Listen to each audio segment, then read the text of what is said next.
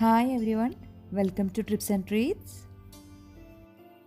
ഇന്നൊരു ചെറിയ വ്ളോഗായിട്ടാണ് കേട്ടോ ഞാൻ വന്നിട്ടുള്ളത്. അപ്പോൾ ഈ ഒരു വ്ളോഗിലൂടെ ഞാനൊരു സിമ്പിൾ റെസിപ്പി കാണിക്കുന്നുണ്ട്. പിന്നെ ഇതുവരെ നമ്മുടെ വീഡിയോയിലൊന്നും കാണാത്ത ചില പുതുമുഖങ്ങളെയും കൂടെ ഞാൻ ഈ ഒരു വ്ളോഗിലൂടെ പരിചയപ്പെടുത്തുന്നുണ്ട് കേട്ടോ. അപ്പോൾ വീഡിയോ ഫുള്ളായിട്ട് കണ്ടു നോക്കി ഇഷ്ടപ്പെടുകയാണെങ്കിൽ ലൈക്ക് ചെയ്യാനും ഷെയർ ചെയ്യാനും കമൻറ്റ് ചെയ്യാനും മറക്കരുത് കേട്ടോ. നമ്മുടെ ചാനൽ ആദ്യമായിട്ട് കാണുന്ന കൂട്ടുകാരുണ്ടെങ്കിൽ ഒന്ന് സബ്സ്ക്രൈബ് ചെയ്തിട്ടും കൂടെ ഒന്ന് സപ്പോർട്ട് ചെയ്യണേ. അപ്പോൾ നമുക്ക് വീഡിയോ കണ്ടു നോക്കിയാലോ.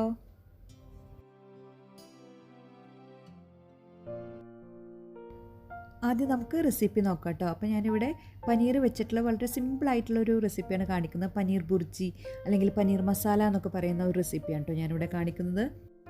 അപ്പോൾ നമ്മുടെ റെസിപ്പിയിലേക്ക് ആവശ്യമായ കുറച്ച് ഇൻഗ്രീഡിയൻസ് ഞാനിവിടെ കട്ട് ചെയ്തെടുത്തിട്ടുണ്ട്. അതായത് ഒരു സവാള, ഒരു മീഡിയം സവാളയാണ് കേട്ടോ ഞാൻ എടുത്തിട്ടുള്ളത്. അതുപോലെ തന്നെ ഒരു മീഡിയം തക്കാളി, പിന്നെ ഒരു പകുതി ക്യാരറ്റ്, പിന്നെ 1 ടേബിൾ സ്പൂൺ വെളുത്തുള്ളി, 2 പച്ചമുളകും ചെറുതായിട്ട് അരിഞ്ഞെടുത്ത് വെച്ചിട്ടുണ്ട്. ഇനി നമ്മുടെ മെയിൻ ഇൻഗ്രീഡിയൻ്റ് ആയ പനീർ ഞാനിവിടെ ഒരു 200 ഗ്രാം എടുത്ത് വെച്ചിട്ടുണ്ട്. ഇതുപോലെ ചെറുതായിട്ടൊന്ന് കട്ട് ചെയ്തെടുത്തിട്ടുണ്ട്. ഇനി നമുക്ക് പനീർ ബുർജി എങ്ങനെ ഉണ്ടാക്കിയെന്ന് നോക്കട്ടെ. വളരെ സിമ്പിളായിട്ടുള്ള ഒരു റെസിപ്പിയാണ്, പക്ഷേ നല്ല ടേസ്റ്റാണ് കേട്ടോ. അപ്പോൾ ഇത് ട്രൈ ചെയ്യാത്തവരൊന്നും എന്തായാലും ട്രൈ ചെയ്ത് നോക്കണേ.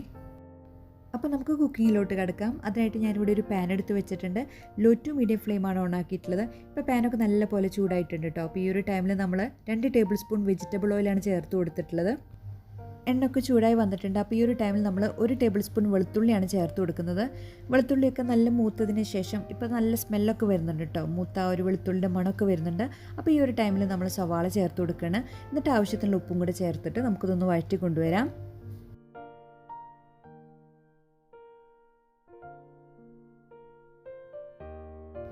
സവോളയൊക്കെ ഇതാ ഇപ്പോൾ ചെറുതായിട്ട് ഇങ്ങനെ വഴണ്ടിങ്ങനെ തുടങ്ങിയിട്ടുണ്ട്. അപ്പോൾ ഈ ഒരു ടൈമിൽ നമ്മൾ 1 ടേബിൾ സ്പൂൺ പച്ചമുളകും പിന്നെ അരിഞ്ഞു വെച്ച തക്കാളിയും കൂടി ചേർത്ത് കൊടുക്കണം കേട്ടോ.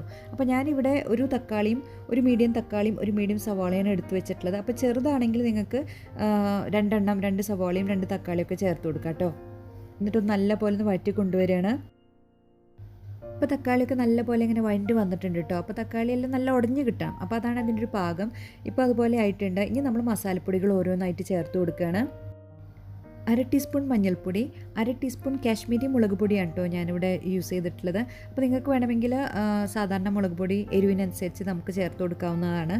ഞാനിവിടെ കാശ്മീരിയാണ് എടുത്തിട്ടുള്ളത്, കാരണം പച്ചമുളക് നമ്മൾ ചേർത്ത് കൊടുത്തിട്ടുണ്ട്. പിന്നെ നമ്മൾ ഇനി കുരുമുളക് പൊടിയും കൂടി ചേർത്ത് കൊടുക്കുന്നുണ്ട് കേട്ടോ. അപ്പോൾ അതുകൊണ്ടാണ് ഞാനിവിടെ കാശ്മീരി യൂസ് ചെയ്തത്. ലോ ടു മീഡിയം ഫ്ലെയിമിൽ ഇട്ടിട്ടാണ് കേട്ടോ നമ്മൾ ഈ മസാലപ്പൊടികളൊക്കെ ഒന്ന് ചേർത്ത് കൊടുത്തത്. എന്നിട്ട് ഒരു 2 മിനിറ്റ് നേരം പച്ചമണമൊക്കെ ഒന്ന് മാറുന്ന വരെ ഒന്ന് വഴറ്റി കൊടുക്കാം. അതിനുശേഷം അരിഞ്ഞു വെച്ച് ഞാനിവിടെ ഒരു ചെറിയ പകുതി കഷ്ണം ക്യാരറ്റാണ് കേട്ടോ എടുത്തിട്ടുണ്ടായിരുന്നത്. അത് സ്ലൈസ് ചെയ്തും കൂടെ ചേർത്ത് കൊടുത്ത് ഒന്ന് മിക്സ് ചെയ്ത് കൊടുക്കുകയാണ്.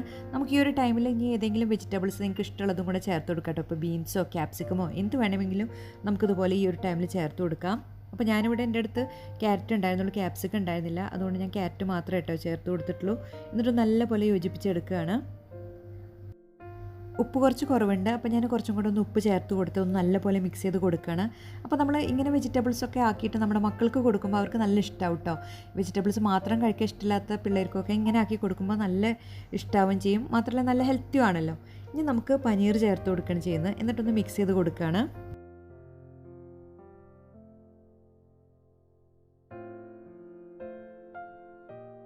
ഇനി നമ്മൾ 1/2 ടീസ്പൂൺ കുരുമുളക് പൊടി, 1/2 ടീസ്പൂൺ ഗരം മസാലപ്പൊടിയും കൂടി ചേർത്ത് നല്ലപോലെ മിക്സ് ചെയ്ത് കൊടുക്കുകയാണ്. പനീറിന് അധികം കുക്കിംഗ് ടൈമൊന്നും ആവശ്യമില്ലല്ലോ. അപ്പോൾ നമുക്കൊരു 2 മിനിറ്റ് നേരം നല്ലപോലെ ഒന്ന് വഴറ്റിയെടുത്താൽ മതി.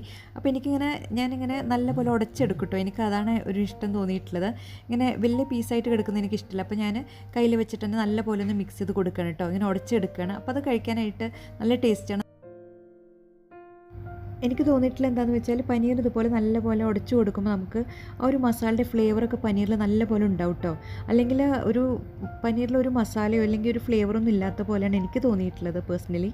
അപ്പോൾ നിങ്ങളിതുപോലെ ട്രൈ ചെയ്യാത്തവരാണെങ്കിൽ ഒന്ന് ട്രൈ ചെയ്ത് നോക്കിയിട്ട് നിങ്ങളുടെ ഫീഡ്ബാക്ക്സ് അറിയിക്കണേ.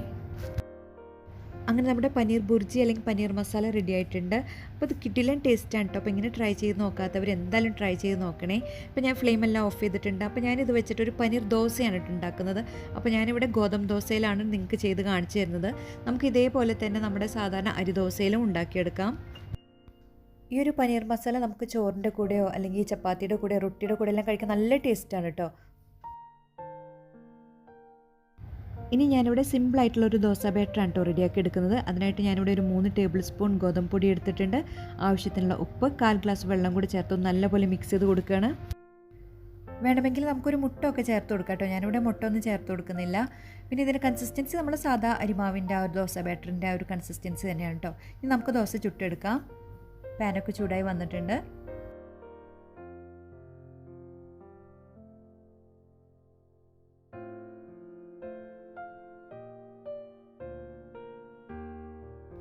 ദോശയുടെ ഒരു സൈഡ് കുക്കായി വന്നിട്ടുണ്ട്. ഇനി നമ്മൾ തിരിച്ചിട്ടിട്ട് ഒന്നും കൂടെ മറ്റേ സൈഡും കൂടെ ഒന്ന് കുക്ക് ചെയ്തെടുക്കുകയാണ്. അപ്പോൾ ലോ ടു മീഡിയം ഫ്ലെയിമിലാണ് കേട്ടോ നമ്മൾ കുക്ക് ചെയ്തെടുക്കുന്നത്. അപ്പോൾ ഇതെല്ലാവർക്കും അറിയാവുന്ന ദോശ തന്നെയാണ്, ഞാൻ ജസ്റ്റ് ഒന്ന് കാണിച്ചത് മാത്രം. ഇനി നമ്മൾ ഈ ദോശയുടെ അകത്ത് പനീർ ഫില്ലിങ് വെക്കുകയാണ് കേട്ടോ. വേണമെങ്കിൽ ആദ്യം നമ്മൾ 1 ടീസ്പൂൺ നെയ്യ് ദോശയിലൊന്ന് സ്പ്രെഡ് ചെയ്ത് കൊടുക്കുക കേട്ടോ. അതിനുശേഷം പനീർ മസാല ഫില്ല് ചെയ്ത് കൊടുക്കുക. അപ്പോൾ ഇതുപോലെ തന്നെ അരിമാവിൻ്റെ ദോശയിൽ നമുക്ക് ചെയ്യാം. 1 ടീസ്പൂൺ നെയ്യ് ഒന്ന് ചുറ്റിച്ച് കൊടുത്തതിന് ശേഷം നമുക്ക് പനീർ ഫില്ലിങ് ആഡ് ചെയ്ത് കൊടുക്കാം. അങ്ങനെ ആകുമ്പോൾ ഒന്നും കൂടി ടേസ്റ്റ് ഉണ്ടാവും കേട്ടോ. ഞാനിവിടെ നെയ്യൊന്നും ചേർത്ത് കൊടുക്കുന്നില്ല. എന്നിട്ടൊന്ന് തിരിച്ചും മറിച്ചിട്ട് ലോ ഫ്ലെയിമിലാക്കിയിട്ടൊന്ന് മുരിച്ചെടുക്കണം കേട്ടോ. ജസ്റ്റ് 2 സെക്കൻഡ് നേരം ഒന്ന് തിരിച്ചും മറിച്ചിട്ടിട്ടൊന്ന് കുക്ക് ചെയ്താൽ മതി. എന്നിട്ട് നമുക്ക് ഫ്ലെയിം ഓഫ് ചെയ്യാം. അങ്ങനെ നമ്മുടെ ടേസ്റ്റി ആയിട്ടുള്ള പനീർ ദോശ റെഡി ആയിട്ടുണ്ട്. അപ്പോൾ ഇതുപോലെ തന്നെ നമുക്ക് അരിമാവിൻ്റെ ദോശയിലും ചെയ്തെടുക്കാം കേട്ടോ. നല്ല ടേസ്റ്റാണ്. ഗോതമ്പ് ദോശനെക്കാട്ടി ഒന്നും കൂടെ ടേസ്റ്റ് അരിമാവിൻ്റെ ദോശയിൽ ഉണ്ടാവും കേട്ടോ. അപ്പോൾ അങ്ങനെ ഒന്ന് നിങ്ങൾ ട്രൈ ചെയ്ത് നോക്കുക. ഇനി ഞാൻ കഴിഞ്ഞ വീക്കെൻഡിലെ കുറച്ച് വിശേഷങ്ങളാണ് കേട്ടോ നിങ്ങളുമായിട്ട് ഷെയർ ചെയ്യുന്നത്. അപ്പോൾ പാതി വഴി എത്തിയപ്പോഴാണ് കേട്ടോ ഞാൻ വ്ളോഗ് എടുത്താലോ എന്ന് വിചാരിച്ചിട്ട് അങ്ങനെ സ്റ്റാർട്ട് ചെയ്തതാണ്. അങ്ങനെ നമ്മളിപ്പോൾ പോയിക്കൊണ്ടിരിക്കുന്നത് എൻ്റെ സിസ്റ്ററിലൂടെ മകളുടെ വീട്ടിലേക്കാണ് കേട്ടോ. അപ്പോൾ അവർ റൂം ഷിഫ്റ്റ് ചെയ്തിട്ടുണ്ടായിരുന്നു. അവർ ഷാർജയിലായിരുന്നു ആദ്യം താമസിച്ചിരുന്നത്. ഇപ്പോൾ ഒരു അജ്മാനിലോട്ട് മാറിയിട്ടുണ്ട്. അപ്പോൾ നമ്മൾ ഇൻവൈറ്റ് ചെയ്തിരുന്നു. അപ്പോൾ അങ്ങോട്ടാണ് നമ്മൾ പോയിക്കൊണ്ടിരിക്കുന്നത്.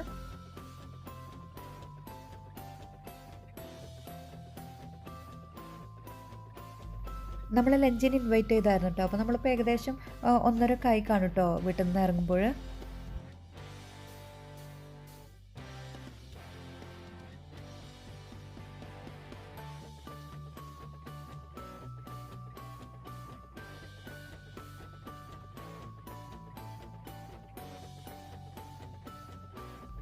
ഫ്രൈഡേ ആയതുകൊണ്ട് തന്നെ റൂട്ടിൽ അങ്ങനെ തിരക്കൊന്നും ഉണ്ടായിരുന്നില്ല. അങ്ങനെ നമ്മൾ അവിടെ എത്തിയിട്ടുണ്ട്. അപ്പോൾ അവർ താമസിക്കുന്നത് അജ്മാനിലെ ജർഫിലാണ്.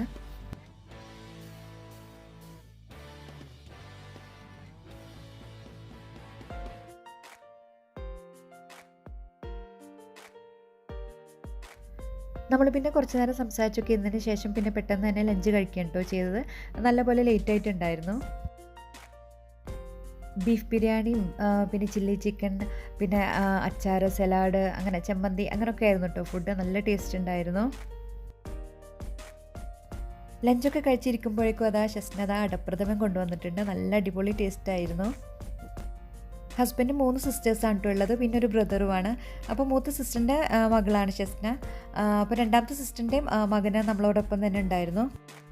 നമ്മുടെ മുന്നേ ഉള്ള ഒരു സ്റ്റേക്കേഷൻ വ്ളോഗിൽ ഞാൻ ഷസ്നയുടെ ബ്രദറിനെ പരിചയപ്പെടുത്തിയിട്ടുണ്ടായിരുന്നു. ബ്രദറിൻ്റെ ഫാമിലി എല്ലാം കാണിച്ചിട്ടുണ്ടായിരുന്നു. അപ്പോൾ നിങ്ങൾ കുറേ പേരെല്ലാം കണ്ടിട്ടുണ്ടാവും. പിന്നെ നമ്മളങ്ങനെ കുറേ നേരമൊക്കെ സംസാരിച്ച് അങ്ങനെ ഇരിക്കുകയായിരുന്നു കേട്ടോ. അപ്പോൾ മോളാണ് കേട്ടോ എനിക്ക് വീഡിയോസൊക്കെ എടുത്തു തന്നത്. അപ്പോൾ ഞാനാണെങ്കിലും ഇങ്ങനെ സംസാരത്തിൽ വിട്ടുപോയി. അതുകൊണ്ട് എൻ്റെ വീഡിയോസിൽ കുറച്ച് ഷേക്കിംഗ് ഒക്കെ ഉണ്ട് കേട്ടോ.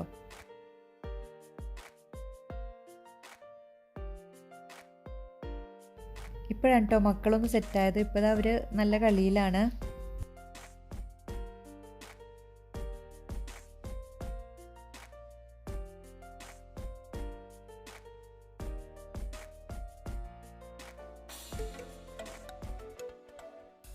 പിന്നെ നമ്മൾ 5 മണിയൊക്കെ ആയപ്പോഴേക്കും നമ്മൾ അവിടെ നിന്ന് ഇറങ്ങി. അപ്പോൾ നമ്മൾ അജ്മാനിൽ വന്നതല്ലേ എന്ന് വിചാരിച്ചിട്ട് അവരുടെ അടുത്ത് തന്നെയാണ് കേട്ടോ ചൈന മാൾ ഉള്ളത്. അപ്പോൾ നമ്മൾ അങ്ങോട്ടൊന്ന് ജസ്റ്റ് പോകാമെന്ന് വിചാരിച്ചിട്ടാണ്.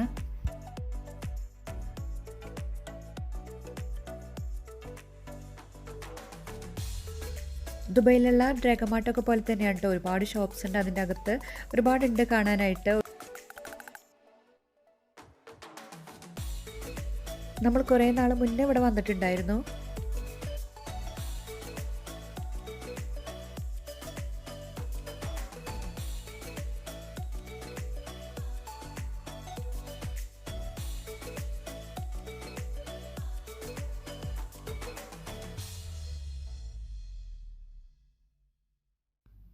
പിന്നെ ഈ ഒരു ഷോപ്പിൽ ഷൂസിനൊക്കെ നല്ല ഓഫർ കണ്ടിരുന്നു കേട്ടോ. അപ്പോൾ അങ്ങനെ ഞാൻ ജസ്റ്റ് ഒന്ന് കയറി നോക്കിയതാണ്.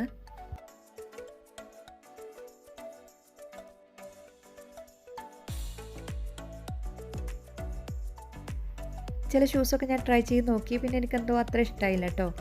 പിന്നെ മാളിലൊക്കെ ഇങ്ങനെ തിരക്ക് കൂടി വരുന്നതുകൊണ്ട് പിന്നെ നമ്മളങ്ങനെ ദുബൈയിലോട്ട് തിരിച്ചു പോരുകയാണ് ചെയ്തത്. അപ്പോൾ ഇത്രയൊക്കെയുള്ളൂ നമ്മുടെ ഈ ഒരു ചെറിയ വ്ളോഗ്. എല്ലാവർക്കും ഇഷ്ടപ്പെട്ട് കാണുമെന്ന് വിശ്വസിക്കുന്നു. ഇഷ്ടപ്പെട്ടിട്ടുണ്ടെങ്കിൽ ലൈക്ക് ചെയ്യാനും ഷെയർ ചെയ്യാനും കമൻറ്റ് ചെയ്യാനും മറക്കരുത് കേട്ടോ. നമ്മുടെ ചാനൽ ആദ്യമായിട്ട് കാണുന്ന കൂട്ടുകാരുണ്ടെങ്കിൽ ഒന്ന് സബ്സ്ക്രൈബ് ചെയ്തിട്ടും കൂടെ ഒന്ന് സപ്പോർട്ട് ചെയ്യുക. തൊട്ടടുത്തുള്ള ബെല്ലൈക്കോണും കൂടെ ഒന്ന് എനേബിൾ ചെയ്ത് അതിൽ ഓൾ കൊടുത്താൽ ഞാൻ ഇടുന്ന വീഡിയോസിൻ്റെ നോട്ടിഫിക്കേഷൻസ് എല്ലാം ലഭിക്കും. അപ്പോൾ അടുത്തൊരു നല്ലൊരു വ്ളോഗോ റെസിപ്പിയായിട്ട് കാണുന്നവരെ thanks for watching. All take care and by.